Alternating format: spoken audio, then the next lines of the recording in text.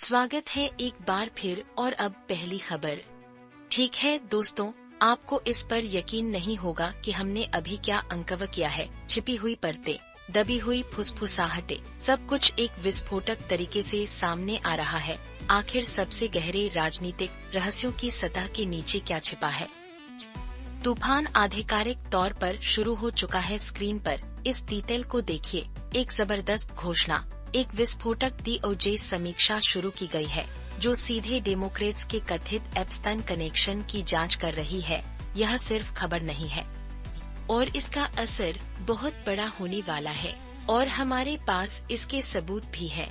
लेकिन सबसे मजेदार बात तो ये है, जब पत्रकारों ने उनसे सीधे एप्स्टाइन फाइलों के बारे में सवाल करने की कोशिश की, इस फुटेज को देखिए, उन्होंने पूरी तरह से उन्हें अनदेखा कर दिया। बिना एक शब्द कहे दूर चले गए। सवाल उठता है, आखिर क्या इतना संवेदनशील है? और यहीं पर मामला पेचीदा हो जाता है। लेकिन रुकिए, क्योंकि कहानी और भी उलझने वाली है। एक कथित अल्टीमेटम है। कथित तौर पर महिला रिपब्लिकन को इन छिपी हुई फाइलों पर एक महत्वपूर्ण हाउस वोट को रोकने के लिए बुलाया गया था। एक अकाट्य दबाव का खेल, और आप इसे यहीं देख सकते हैं। तनाव स्पष्ट है। यह एक बहुत बड़े खतरे का संकेत है। लोगों का गुस्सा तो जैसे फूट पड़ा है, क्योंकि हर कोई पूछ रहा है, उन फाइलों में वास्तव में क्या छिपा है और कौन इसे सच में गुप्त रखने की कोशिश कर रहा है। अपने विचार नीचे कमेंट्स में बताइए। ठीक है, अब बढ़ते हैं हमारी अगली खबर की ओर। ठीक है दोस्तों, क्या आप एक राजनीतिक भूकंप के लिए तैयार हैं? क्योंकि बिहार में जो हुआ है, उसकी किसी ने कल्पना भी नहीं की थी। एक पूरी तरह से लैंडस्लाइड, पूरा अधिग्रहण। लेकिन यह इतनी तेजी से कैसे हुआ? लेकिन असली चौंकाने वाला मोड़ तो अब आया है। बिहार चुनाव 2025 के अंतिम परिणाम आ गए हैं और राष्ट्रीय जनतांत्रिक गठबंधन NDA ने स्वीपिंग जीत हासिल की है।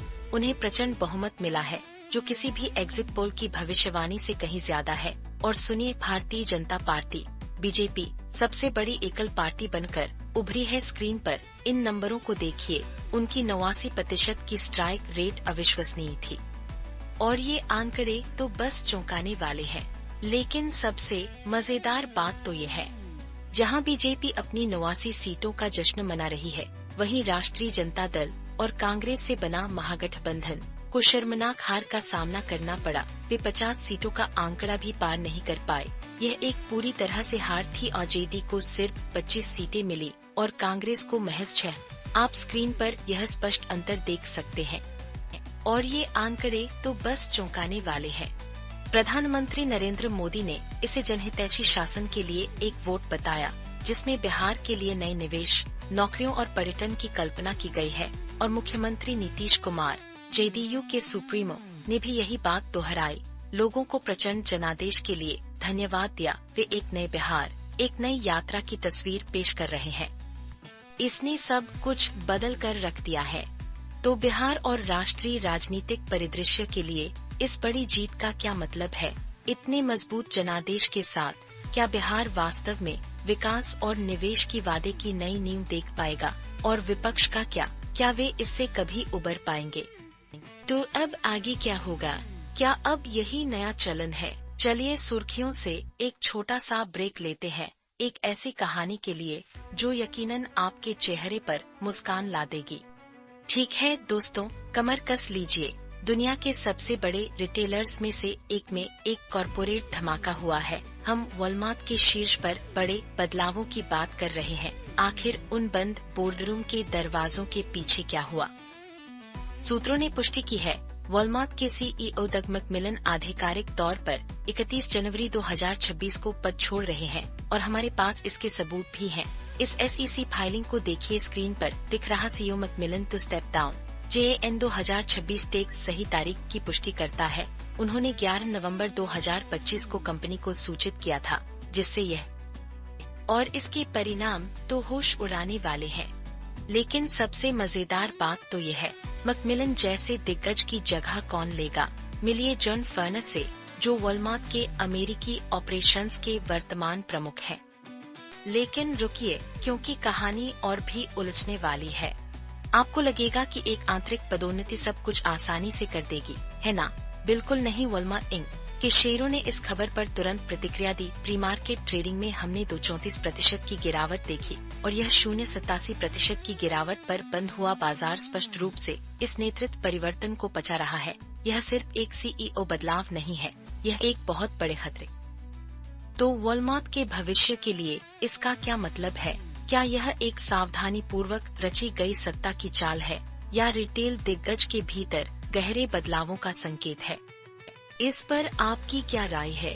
अपने विचार नीचे कमेंट्स में बताइए। अब एक ऐसी खबर जिस पर शायद आपको यकीन करना थोड़ा मुश्किल हो। ठीक है दोस्तों, कमर कस लीजिए। न्यूपादा उपचुनाव के नतीजे अभी आए हैं और जो हम देख रहे हैं वह पूरी तरह से पागलपन है। जय दलाकिया 30,000 से ज्यादा वोटों से आगे चल रहे हैं, लेकिन इस प्रचंड जीत के पीछे की असली कहानी क्या है? तो असली कहानी क्या है? क्योंकि विपक्षी बीजेपी फाउल प्ले का आरोप लगा रही है। वे दावा कर रहे हैं कि बीजेपी ने दूसरे जिले से अतिरिक्त ईवीएम लाए, संभावित छेड़छाड़ का संकेत दे रहे हैं और सबूत यही आपके सामने है। दोस्तों, इसे देखिए। ओवरले टैंपरिंग सस्पेक्टेड हिस्से को हाईलाइट करता है, दिखाता है कि दांव पर क्या है। वे तो यहाँ तक आरोप लगा रहे हैं कि महिला मतदाताओं को लुभाने के लिए, लेकिन आधिकारिक कहानी में कुछ तो गड़बड़ है। लेकिन रुकिए, अभी और भी बहुत कुछ है। बीजेपी यही नहीं रुक रही है। वे दावा कर रहे हैं कि पुलिस ने उनके नेताओं को छापेमारी से निशाना बनाया और पार्टी के हेलीकॉप्टरों में भी देरी की। ओवरले को देखिए दोस्तों, पुलिस रेड्स, हेलीकॉप्टर डिलेज। तो इन सभी विस्फोटक आरोपों के बावजूद बीजेपी के जय दलाकिया 30,000 से ज्यादा वोटों की बढ़त के साथ आगे बढ़ रहे हैं। यह एक खगोलीय बढ़त है जिससे हर कोई हैरान है। क्या यह एक वैध जीत थी या कुछ और? लोगों का गुस्सा तो जैसे फूट पड़ा है।